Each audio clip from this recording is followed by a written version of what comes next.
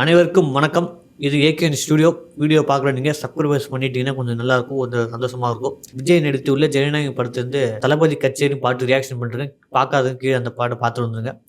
சரி இது இது என்னைக்குன்னா, இன்னைக்கு வந்து கமல் சாருக்கு வந்து ஒரு பர்த்டே விஷ் இல்ல. ஏன்னா கமல் சாரோட பர்த்டேன்னு டக்குனு ஞாபகம் எல்லாம் போச்சு. ஸோ அதனால அ மன்னிச்சுங்க இருந்தாலும் லேட்டரா சொன்னாலும் பரவால்ல. உலகநாயகன் சொல்லக்கூடாதுன்னு சொல்லிட்டேன். இருந்தாலும் ஒரு அன்பின் மிகுதியா, ஒரு வெளிப்பாடா உலகநாயகன் கமல்ஹாசன் அவர்களுக்கு இனிய பிறந்தநாள் வாழ்த்துக்களை நம்ம சேனல் மூலியமா தெரிவிச்சிடலாம். இன்னும் நெறையா பண்ணுங்க. அரசியல் ரீதியாவும் நெறையா செய்யுங்க மக்களுக்கு. திரையுலகிலும் மக்களை மகிழ்விங்க. என்றும் நல்லபடியா இருங்க. Okay sir. இன்னைக்கு என்னன்னா வந்து பூஜை போட்டுருக்காங்க. தலைவரோட 173 படத்தோட பூஜை அந்த வீடியோ வந்திருக்கு. சுந்தர் சி இயக்குறார் படத்த. சூப்பர் ஸ்டார் ரஜினிகாந்த், அப்புறம் வந்து கமலஹாசன் புரொடக்ஷன்ல வருது. Music director, cast and crew எதுவுமே அறிவிக்கல. ஸோ அந்த அந்த வீடியோ மட்டும் வந்திருக்கு. ஃபோட்டோ தானே வந்து இப்போ ஒரு வீடியோ வந்திருக்கு. ஸோ அந்த வீடியோக்கு நம்ம வந்து ரியாக்ஷன் பண்ணலாமா? சரி வாங்க பார்த்துட்டு நம்ம அதுக்குள்ள ஏதாச்சும் காட்டுறாங்களா பார்ப்போம். இல்லன்னா அத பத்தி பேசலாம். ஓகே வாங்க. நேரா பார்த்துட்டு அதுக்கப்புறம் பேசலாம்.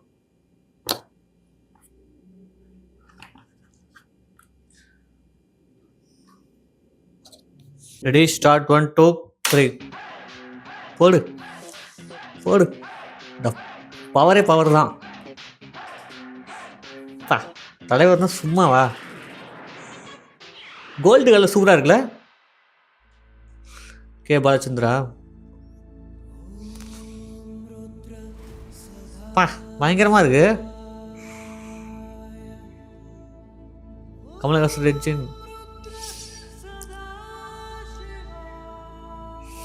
கமலஹாசன் முன்னாடி ரஜினி ஷேடோ பயங்கரமா இருக்கு. போடு. Sundar C film. Super star Rajinikanth. ரெண்டு மிகப்பெரிய ஒரு ஆளுமை.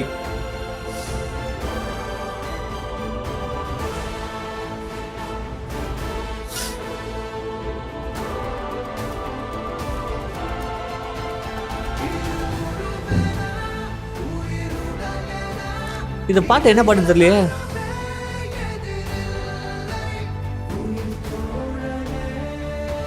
உயிர் தோழனே.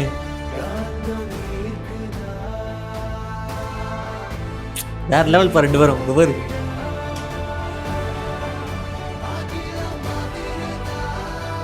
காட்ட மழை மெதியாய் ஒழிப்பு தலைவர் 173 பயங்கரமா இருக்கு. Kamal Haasan present super star Rajinikanth, தலைவர் 173, டைரக்டர் சுந்தர் சி. என்ன சொல்றது? ஒரு ஒரு பாசிட்டிவான நோட்டு தான் இது. ஏன்னா வந்து தமிழ் சினிமால வந்து ரஜினி, கமல் பெருசா, எம்ஜிஆர், சிவாஜி பெருசா, விஜய், அஜித்து, தனுஷ், சிம்பு இந்த மாரி ஒரு கலவர பூமியாவே இருந்த இடத்துல, இவங்க 2 பேர் மட்டும் தான் எப்படி ஸ்டார்ட் பண்ணப்ப எப்படி இருந்தாங்களோ, இன்ன வரைக்கும் அந்த ஃப்ரெண்ட்ஷிப்ப வந்து கடைபிடிச்சுட்டு இருக்காங்க. இவங்கள பார்த்து தான் தமிழ் சினிமால எப்படிலாம் இருக்கணும். ஏன்னா அவர் சொல்லிட்டு ஒரு மேடைல சொல்றாரு. சார் சொல்லிருப்பாரு, கமல் சார். எங்களுக்கு தெரியும் நாங்க யாருன்னு. நீ உலக நாயகன் பட்டத்துக்கு சூப்பர் ஸ்டார் நீங்க குடுத்தது ஆனா எங்களுக்கு தெரியும் நாங்க யாருன்னு சொல்லிட்டு. ஸோ இது பார்க்குறப்ப அப்படிதான் இருக்கு. அவங்க ஜாலியா எவ்வளோ சந்தோஷமா இருக்காங்க. 2 பேரும் சேர்ந்து படம் பண்றாங்க. ரொம்ப நாள் கழிச்சு வந்து நம்ம எல்லாம் இந்த இப்ப இருக்க 2கே கிட்ஸுக்கும், ஜென்ஸுக்கும் இது 2 பேரும் யாருன்னு தெரியாது. இவங்க 2 பேரு வந்து என்ன சம்பவம் பண்றதுன்னு தெரியாது. இவங்க 2 பேரும் இணைஞ்சிருக்கிறத பார்த்தா ஒரு வேளை சந்தோஷமா இருக்கு. கமல் சார் நடிக்கல. புரொடக்ஷன் தான் பண்றாரு. அடுத்த படம் தான் நடிக்கிற மாரி சொல்லிட்டுருக்காங்க. அது என்ன ஒரு கன்ஃபர்மேஷனா நம்மளுக்கு தெரியல. இவங்க 2 பேர் புரொடக்ஷன்ல அவரு பண்ற ஒரு வேளை கேமியோ கூட வரலாம்.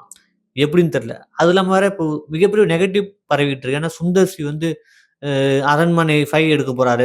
அந்த மாரியே அந்த படம் இப்ப பாதி எதேதோ பயங்கரமான ஒரு விமர்சனங்கள மேல வைக்கிறாங்க. அந்த மாரி வைக்க வேணாம். ஏன்னா வந்து சுந்தர் சி சார் வந்து சும்மா எடுக்கல. அன்பே விஷயம் அப்ப கொண்டாடல இன்னைக்கு நம்ம எல்லாம் தூக்கி வச்சு கொண்டாடுறோம். வின்னர் எப்படியாப்பட்ட கதைகள். தலைநகரம் வடிவேல் கமலும் பயங்கரமா இருக்கும். நம்ம அருணாச்சலம் ரஜினி சார் எடுத்து ஒரு படம் ஒண்ணும் எடுக்கல ரஜினி சார வச்சு. 2வது படம் எடுக்க போறாரு. அருணாச்சலம் ஒரு மிகப்பெரிய பிளாக் பஸ்டர் குடுத்த ஆளு. அவருக்கு தெரியும் இந்த வணிக ரீதியாவும், வர்த்தக ரீதியாவும் இத வந்து எப்படி கொண்டு போகணும். அட்லீஸ்ட் ஒரு கமர்ஷியலாவும் ஃபுல் பேக்கேஜா அந்த படம் வரும்னு நெனைக்கிறேன். சுந்தர் சி சார் மேல ஒரு மிகப்பெரிய நம்பிக்கை இருக்கு. இந்த படத்துக்கு மியூசிக் டைரக்டர் யாருன்னு தெரியல. யாரா இருந்தாலும் என்ன, யாரு இருந்தாலும் சரிதான். அங்க நிக்கிறது ரஜினி சார், கமல் சார், சுந்தர் சின்ல பிம்பம் வந்து படைச்சு எல்லாரும் ஒரு சூப்பரான ஹிட்ட குடுத்துருவாங்க தான். என்னோட சஜஷன் படி ஒரு ரஹ்மான் போலாம். அப்படி இல்லன்னா வந்து தேவா சார் 2 பேர்கிட்ட போலான்னு தோணுது. ஏன்னா அனிருத் தான் தொடர்ந்து போட்டு இருந்தாலும் ஒரு சேஞ்ச் கொஞ்சம் டிஃபரெண்ட்டா ஒரு ரஹ்மான் சார் இல்ல தேவா சார் போலாம். வித்யாசாகர் கூட போலாம். யார் வேணா போலாம். ஸோ இல்ல எனக்கு தெரிஞ்சு சாய் அபிஷேக் கூட வாய்ப்பு இருக்கு எனக்கு. ஏன்னா எப்படி இருக்குன்னு தெரியல. ஸோ என்ன பொறுத்தவரைக்கும் தமிழ் சினிமால 2 ஆளுமைகள் வந்து நின்னுட்டுருக்கு. இதுங்க சொல்லி அடி தான் பார்ப்போம். ஏன்னா வந்து அ தக் லைஃப் ஒரு மிகப்பெரிய ஒரு டிசப்பாயிண்ட் பண்ண படம். ஸோ இப்ப எல்லாருமே என்ன பண்ட்டாங்க, இந்த மாரி தான் வரப்போகுது, இந்த மாரி வரப்போகுது ஒரு பயங்கரமான ஒரு வெறுப்பெல்லாம் குடுக்க ஆரம்பிச்சுட்டாங்க. ஸோ அப்படி வேணாம். டிசப்பாயிண்ட் ஆயிட்டுனா அடுத்த படத்துல அத மாத்திக்க வேண்டியது அவ்வளோதான். தோல்வி அடைஞ்சுச்சுன்னா, அப்ப அதே போட்டு இப்ப சொல்லிட்டு இருக்கிறது. அடுத்த படம் அத இன்னும் சரி பண்ணிட்டு போகணுமோ, அந்த மாரி போலாம். ஒன்லி ஒன் 74 74 வயசு ஆகுது. Super star ரஜினிகாந்துக்கு. ஸோ இன்னமும் ஒரு ஆக்டிவா நம்பர் 1 பொசிஷன்ல இருக்காருன்னா, தலைவருடைய டெடிகேஷன் தான். ஸோ அத பத்தி நம்ம எதுவும் பேச வேணாம். இருந்தாலும் அங்கேருந்து ஒரு நல்லத எட்டு வரணும். தலைவரோட பிறந்த நாளுக்கு வந்து அட்வான்ஸா வாழ்த்து தெரிவிச்சிடலாம். அவரோட பத்தி சின்ன ஒரு கருத்தும் நம்ம போடலாம். காணொளியா போடலாம். அ இந்த படம் இது ஒரு மிகப்பெரிய எக்ஸ்பெக்டேஷன குடுத்துருக்கு. நெறைய படங்கள் வரட்டும். எப்படின்னு தெரியல. பார்த்துட்டு நம்ம அத பத்தி பேசலாம். நன்றி, வணக்கம். இதுல எங்கேயாச்சும் புடிச்சிருந்ததுன்னா, கீழ கமெண்ட் பண்ணிட்டு போங்க. அடுத்து ஏதாச்சும் ரியாக்ஷன் வீடியோ பண்ணணும்னா, அதையும் சொல்லுங்க. நன்றி, வணக்கம். Thank you.